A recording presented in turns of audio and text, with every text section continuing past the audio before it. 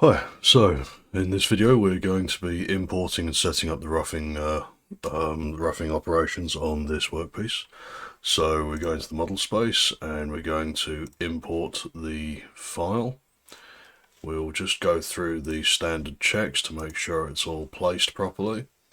So locate 0, middle, min, apply, move it up 50 millimeters in Z. Oh, 50, not 500. Apply and close. And now we're going to the machining environment, and we can see it's automatically placed itself on the small table in this environment. I'm going to switch around to this view here just because it's generally easiest to work out what's going on from here.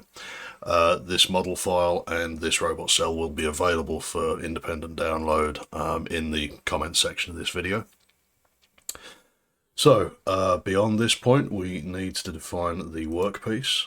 So I'm going to set this to be a primitive box around the part with 5 millimeters of excess in each plane, except for in negative Z, because we've got no way of machining under this, because the whole purpose of this series of videos is to utilize the basic 3D functionality. So the robot will be operating in much the same manner as a traditional 3D mill will in this instance. So add and close. Right. Now, one of the things that we can do to define the orientation and management of the robot to try and limit any future problems, instead of defining the tool orientation for each and every operation, if we set the 6th axis control to a fixed vector, this means that the orientation of the 6th axis will stay locked in that Z orientation. So we won't have to deal with defining tool orientation or axial approach for each and every operation, hopefully. We'll also set the links to avoid collisions because although there's not a lot of very complicated high-sided topology in this model, it is generally the best approach philosophy for this particular style of machining as well. So now that that's done, we can define our first operation. And I'd like to change the way that we work in this slightly. Since we're emulating a 3D milling process, we're going to be using a lot of setups in this, not to their fullest extent. In the case of a standard milling application, you can use setups to define different layouts of the workpiece and everything. For this, it's purely just to make sorting through our operations a bit simpler and a bit easier to remember.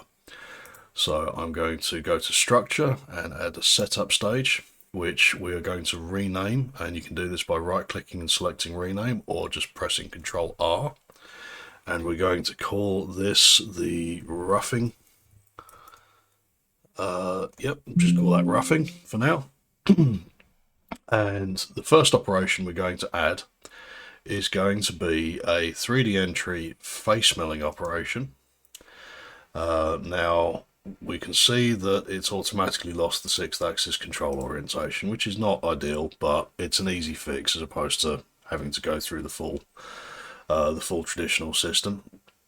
Now, if we set in parameters, we want the tolerance to be a little bit looser than that, just for the sake of a faster calculation. So we're going to press 0.02. I'm going to turn off check for plunges because I found with this job in particular, we get a lot of iterative complaints about plunges that don't actually affect the final outcome in the slightest. So I'm just going to default to turning that off for the moment.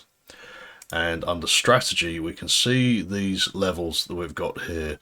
So 92.129 corresponds to the very, very top of the material. 87.129 corresponds to the top of the actual object. So I'm going to increase that slightly to give us a little bit of extra material to work with in later operations. So I'm going to type in 88 millimeters here, and we're going to try generating a toolpath. And as we can see, there are some parts that it can't reach in its current orientation because it doesn't quite know how to, and we've got some very strange links and leads coming in here. So if we now go into the axis map, we should be able to see the culprit for this problem.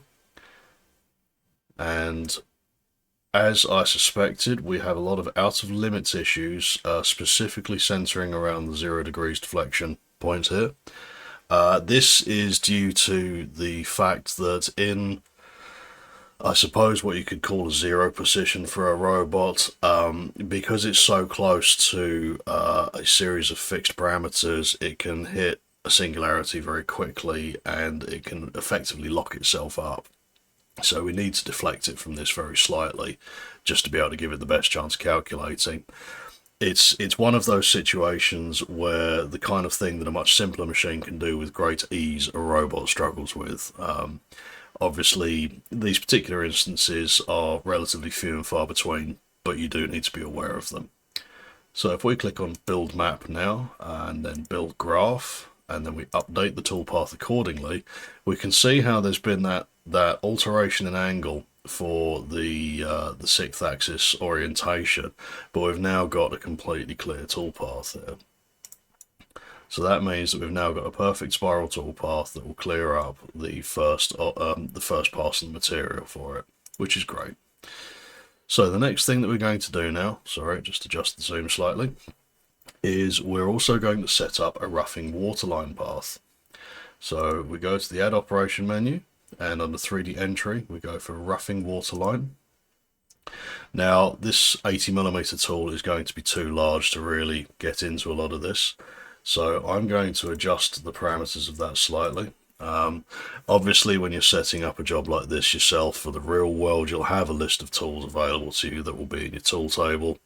Because this is purely hypothetical, I'm going to invent a couple of standard tools that we'll use throughout this. So we're going to go with a 20mm diameter and say a 60mm length. So it's still quite a chunky tool, should be good and solid. We'll press Apply Changes and create a new tool. So that's great. And we need to define that 6th axis control. Okay, looks like I got that wrong at the very beginning. We also need to define where we want this to actually go on. So I'm going to tell it that I want it to be able to do all of the waterline roughing inside this region. And the easiest way to do this is to be able to grab one of these edge lines and then just tell it to chain all around. So I'm going to turn on Select Edges. I'm going to double click on that and you can see how it's automatically grabbed the entire chain. 9 times out of 10 this will behave exactly as you hope it will do. However, sometimes when you're dealing with more complicated topologies, the chain won't necessarily follow the order that you initially expect. So as with every other kind of 3D selection tool, you can still use Shift and Control to select and deselect individual parts as well. So I'm going to set that as the job zone. I'm now going to define this as the top level and this as the bottom level. And from here, I am going to generate the toolpath.